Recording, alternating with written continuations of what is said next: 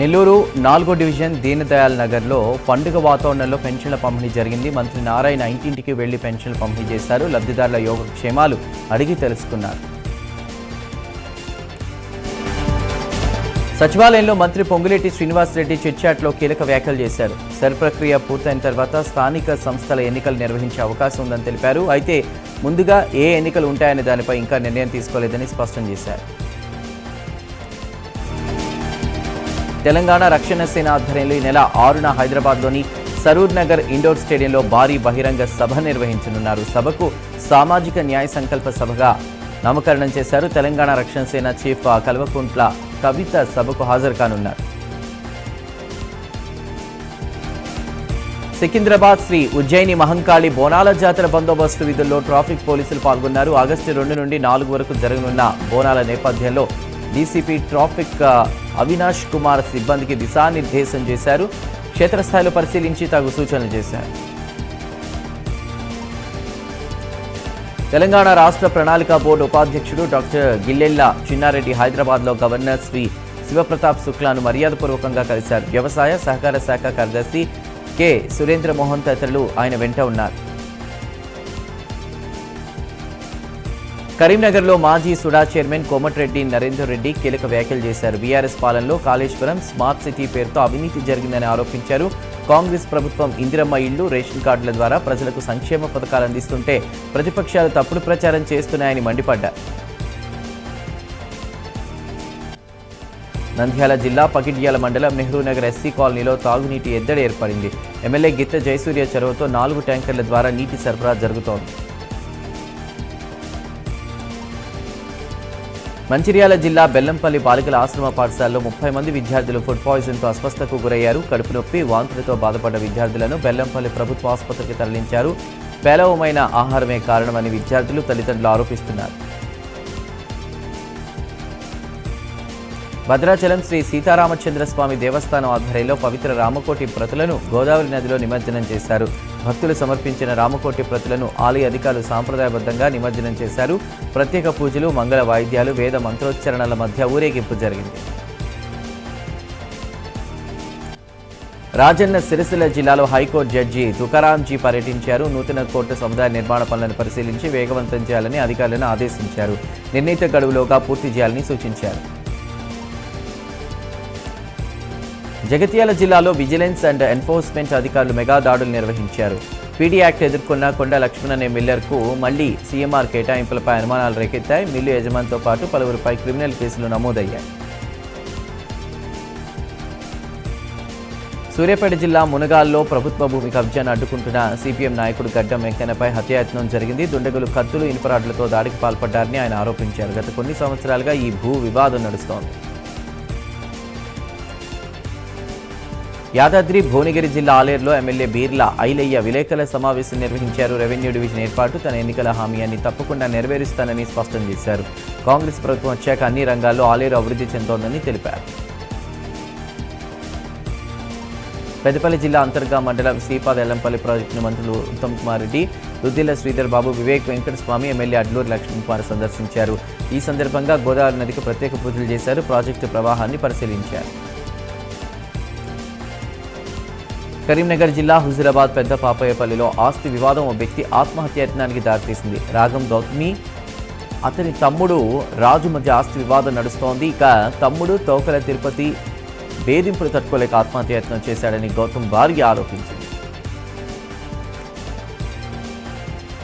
జగిత్యాల జిల్లా బీర్పూర్ మండలం రోళ్లవాగును మాజీ మంత్రి జీవన్ రెడ్డి సందర్శించారు. 0.25 టీఎంసీ సరిపోదని, కేసీఆర్ 1 టీఎంసీకి మంజూరు చేశారని తెలిపారు. దశాబ్ద కాలమైనా పనులు పూర్తి కాలేదని విమర్శించారు.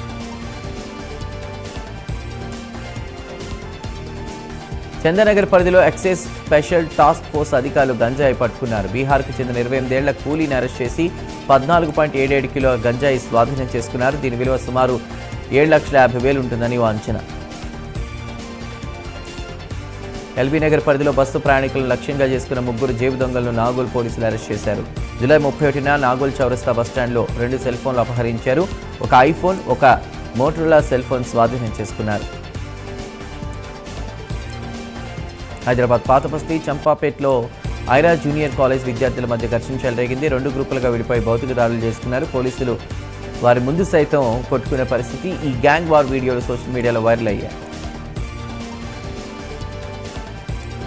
వనస్థలిపురంలోని ఆర్ట్ సినిమాస్లో కర్మాఖ్య మూవీ టీమ్ సందడి చేసిన అభిమానులు నటీనటులతో ఫోటోలు దిగేందుకు ఎగబడ్డారు. నటి సమైరా, సహనటి ఐశ్వర్య, దర్శకుడు అభినయ్ కృష్ణ పాల్గొన్నారు. సినిమాకు మంచి ఆదరణ లభిస్తోందని తెలిపారు. వికారాబాద్ జిల్లా తాండూరు కోకట్ రోడ్లో ఓ కిరాణా షాప్లో భారీ నాగుపాము కలకలం సృష్టించింది. భయంతో యజమాని బయటకు పరుగులు తీశారు. మున్సిపల్ వైస్ చైర్మన్ సాహసంతో దానిని పట్టుకున్నారు. మహేశ్వరం డీసీపీ కె నారాయణ రెడ్డి ఆధ్వర్యంలో అగాపల్లి గ్రామంలో హెల్మెట్ అవగాహన కార్యక్రమం నిర్వహించారు. రోడ్డు ప్రమాదాల్లో హెల్మెట్ ధరించకపోవడం వల్లే ప్రాణాలు కోల్పోతున్నారని డీసీపీ తెలిపారు. వాహనం నడిపే వారితో పాటు వెనుక కూర్చునే వారు కూడా హెల్మెట్ ధరించాలని సూచించారు.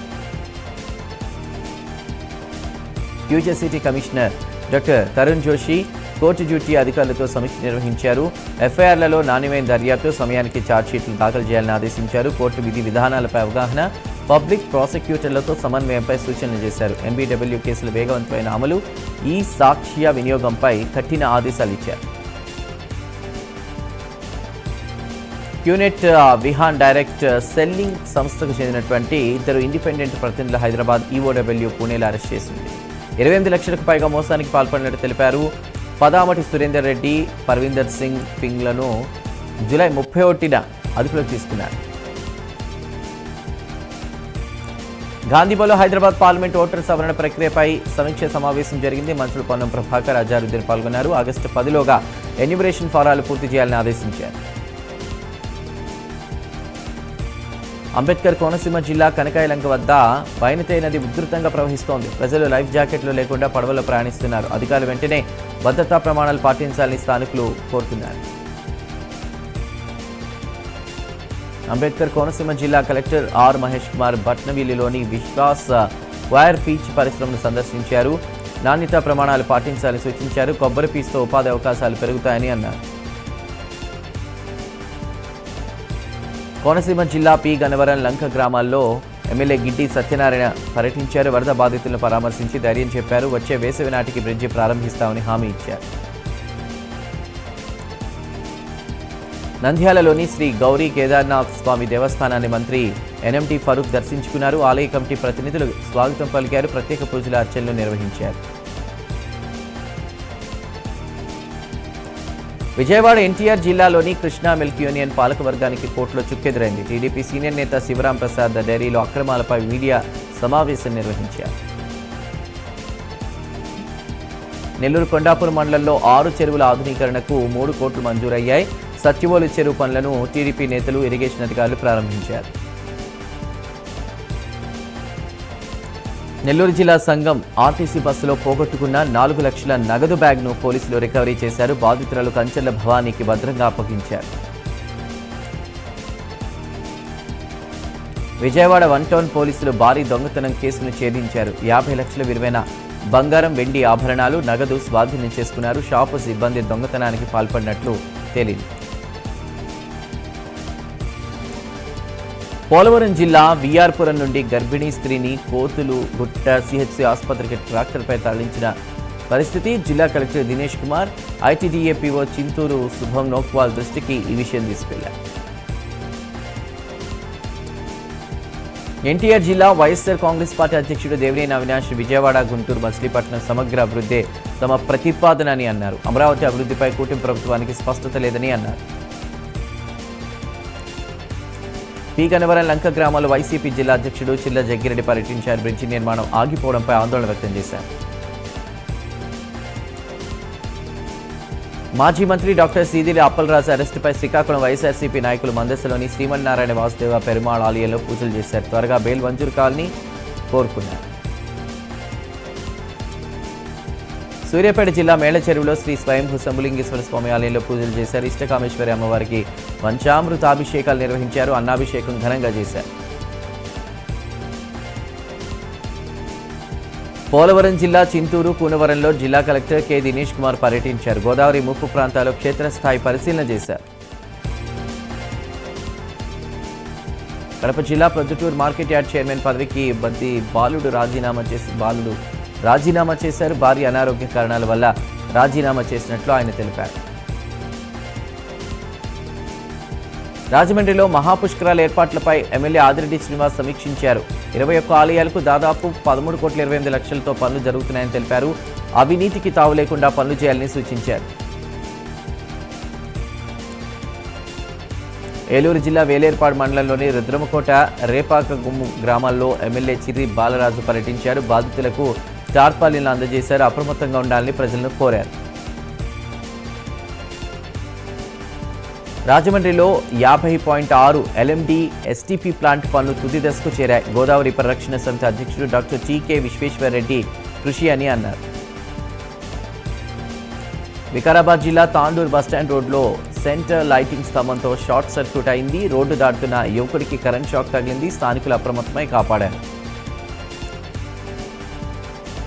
తెలంగాణ రాష్ట్ర సేన ఉప్పల్ నియోజకవర్గ ఇన్ఛార్జిగా పంజీరాయి శ్రామణ్ దేవ్ను పార్టీ అధిష్టానం నియమించింది. పార్టీని క్షేత్రస్థాయిలో బలోపేతం చేస్తానని ఆయన తెలిపారు.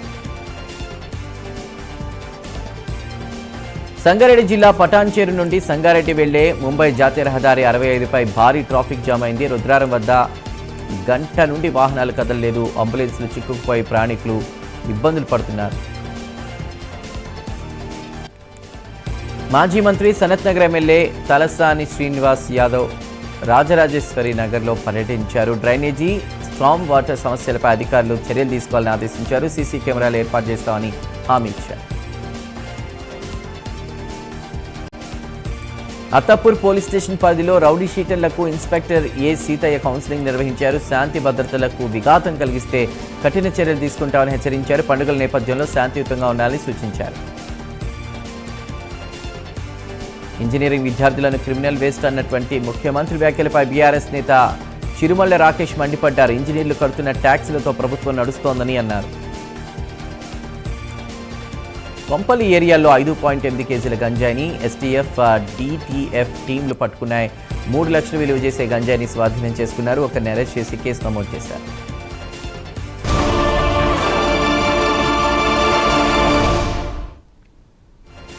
తెలంగాణకు జూలై నెలలో వాణిజ్య పన్నుల వసూళ్లలో ఆల్ టైమ్ రికార్డు నమోదైంది. ఒక్క నెలలో ఏకంగా 7,865 కోట్ల రూపాయల కమర్షియల్ ట్యాక్స్లు వసూలయ్యాయి. గత ఏడాదితో పోలిస్తే 19% వృద్ధి కనిపించింది.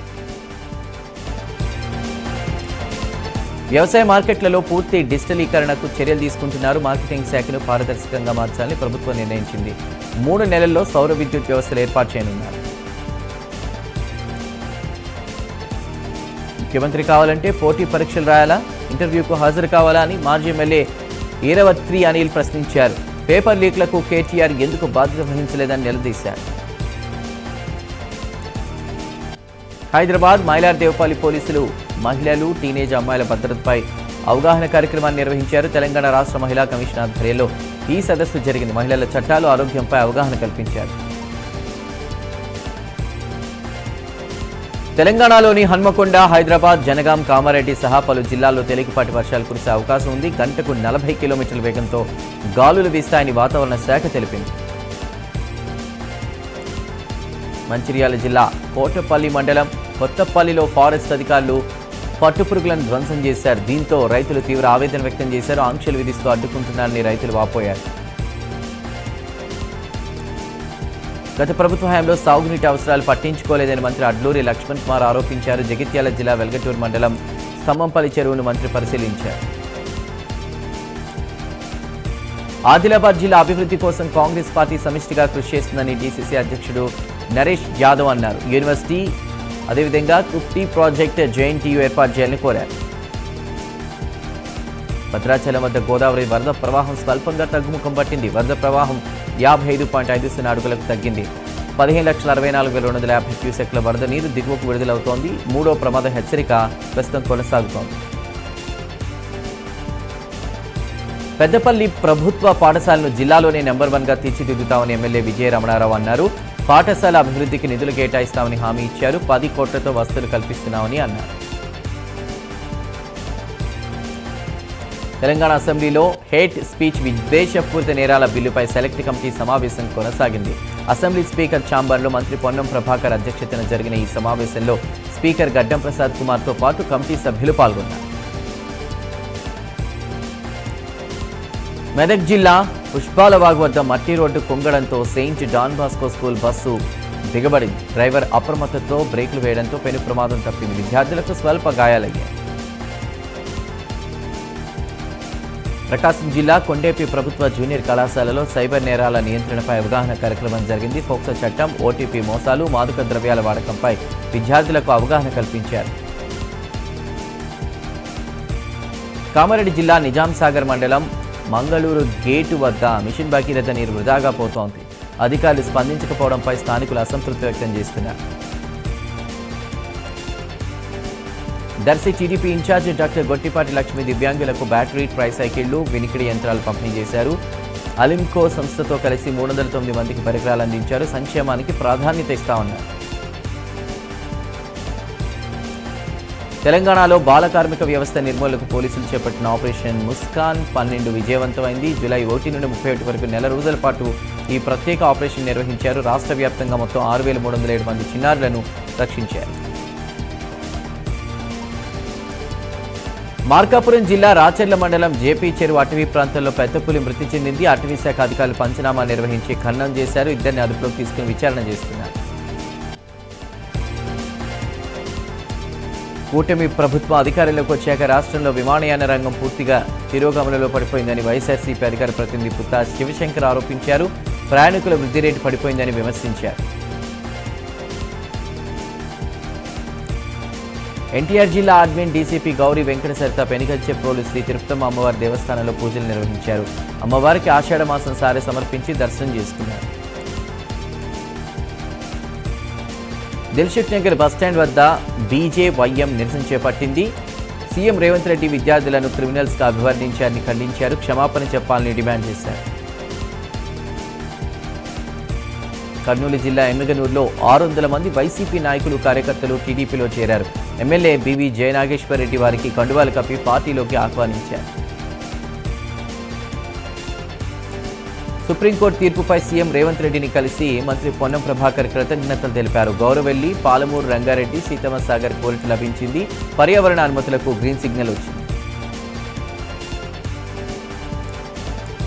నెల్లూరు జిల్లా వింజమూరు బీసీ కాలనీలో ఇంటింటికి తెలుగుదేశం కార్యక్రమం నిర్వహించారు. ఎమ్మెల్యే కాకల సురేష్ చేనేత కార్మికుల ఇళ్లను సందర్శించి 25,000 సాయం ప్రకటించారు. నెల్లూరు జిల్లా మనుబోలు మండలంలోని ఉన్నత పాఠశాలలో 8వ తరగతి చదువుతున్న విద్యార్థిని పట్ల వ్యాయామ ఉపాధ్యాయుడు అసభ్యంగా ప్రవర్తించాడు. విద్యార్థిని తన వద్దకు పిలిచి ఎలా చదువుతున్నావు అంటూ భుజాలపై చేతులు వేసి అసభ్యంగా ప్రవర్తించినట్లు విద్యార్థిని కుటుంబ సభ్యులు తెలిపారు. నిర్మల్ జిల్లాలో ఆడపిల్లల చట్టాలపై అవగాహన కలిగి ఉండాలని జిల్లా ప్రధాన న్యాయమూర్తి శ్రీవాణి అన్నారు. కలెక్టరేట్ కార్యాలయంలో ఉపాధ్యాయులతో అవగాహన కార్యక్రమాన్ని నిర్వహించారు.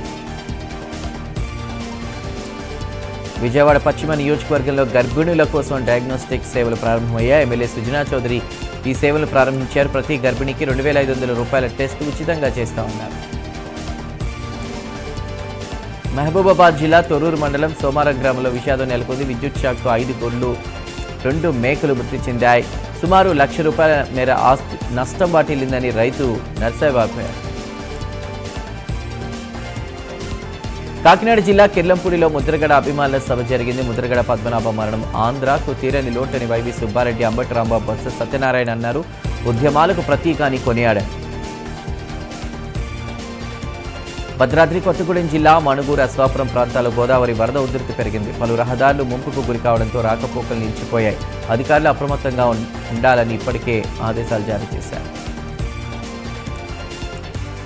హైదరాబాద్లో ఎక్సైజ్ ఎస్టీఎఫ్ అధికారులు భారీగా గంజాయిని పట్టుకున్నారు. చందానగర్లో నిర్వహించిన ప్రత్యేక తనిఖీల్లో 7,50,000 విలువైన 14 కిలోల 77 గ్రాముల గంజాయిని స్వాధీనం చేసుకున్నారు. ఇక బీహార్ పాట్నాకు చెందిన సన్నీ కుమార్ను అరెస్ట్ చేయడం జరిగింది.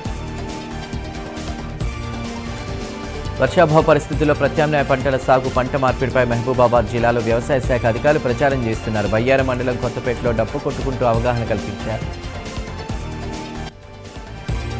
ములుగు జిల్లా వాజేడు మండలంలో మంత్రి సీతక్క గోదావరి వరద ఉధృతిని పరిశీలించారు. గోదారమ్మ శాంతించాలని పూజలు చేశారు. ఇల్లు దగ్ధమైన రాజు కుటుంబానికి 20,000 రూపాయల సాయాన్ని అందించారు. ఖమ్మం వెలుగుమట్లలో భూదాన్ భూములలో ఇల్లు కోల్పోయిన వారికి ఇంటి స్థలాలు, ఇంద్రమ్మ ఇల్లు ఇవ్వాలని డిమాండ్ చేస్తూ ర్యాలీ నిర్వహించారు. అంబేద్కర్ మనుమడి యశ్వంత్ అంబేద్కర్, రిటైర్డ్ జస్టిస్ చంద్రకుమార్ పాల్గొన్నారు. భద్రాద్రి కొత్తగూడెం జిల్లాలో భారీ పెట్టుబడి మోసం కేసులో ప్రధాన నిందితుడు బేతంపూడి భరత్ కుమార్ను పోలీసులు అరెస్ట్ చేశారు. 52 కోట్ల రూపాయల మేర మోసానికి పాల్పడినట్లు డీఎస్పీ ఆదినారాయణ తెలిపారు.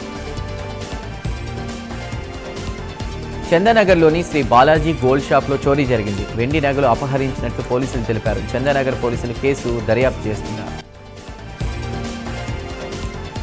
హైదరాబాద్ సూరారం పరిధిలో అక్రమంగా నిర్వహిస్తున్న రక్షిత క్లినిక్ పై పోలీసులు దాడులు చేసి బోగస్ డాక్టర్ సనాది కర్ణాకర్ను అరెస్ట్ చేశారు. ఎలాంటి అనుమతులు లేకుండానే వైద్యం చేస్తున్నాడని సీఐ బాలరాజు తెలిపారు. గోదావరి నది వరద ఉధృతి భద్రాచలం వద్ద స్వల్పంగా తగ్గుముఖం పట్టిందని విపత్తుల నిర్వహణ సంస్థ తెలిపింది. భద్రాచలం వద్ద నీటి మట్టం 54.3 అడుగులకు చేరింది. ధవళేశ్వరం వద్ద రెండో ప్రమాద హెచ్చరిక కొనసాగుతోంది. కడప జిల్లా మైలవరం జలాశయం ఆయకట్టు పరిధిలో ఎండిపోతున్న పంటల కోసం నీటిని విడుదల చేయాలి. ఎమ్మెల్సీ రామసుబ్బారెడ్డి ప్రభుత్వాన్ని ఈ సందర్భంగా డిమాండ్ చేశారు. గేటు పనిచేయక నీరు వృధా అవుతోందని అన్నారు. మేడ్చల్ మల్కాజ్గిరి జిల్లా కలెక్టరేట్లో చైల్డ్ ప్రొటెక్షన్ అధికారులకు అవగాహన కార్యక్రమం జరిగింది. పిల్లల హక్కుల పరిరక్షణలో వారి పాత్ర కీలకమని జడ్జి బాలభాస్కర్ రావు అన్నారు. తూర్పుగోదావరి జిల్లాలో గోదావరి నది ఉధృతంగా ప్రవహిస్తోంది. ఎగువ ప్రాంతాల్లో కురుస్తున్న భారీ వర్షాల ప్రభావంతో ధవళేశ్వరం సర్ ఆర్థర్ కాటర్ బ్యారేజ్ వద్ద వరద ఉధృతి మరింత పెరిగింది. దీంతో జల వనరుల శాఖ అధికారులు రెండవ వరద ప్రమాద హెచ్చరికను జారీ చేశారు. శనివారం రాత్రి 8:40 బ్యారేజ్ వద్ద నీటి మట్టం 13.75 అడుగులకు చేరుకోగా సుమారు 13 లక్షల క్యూసెక్ల వరద నీటిని సముద్రంలోకి విడుదల చేస్తున్నారు. లోతట్టు ప్రాంతాల ప్రజలు అప్రమత్తంగా ఉండాలని అధికారులు సూచిస్తున్నారు.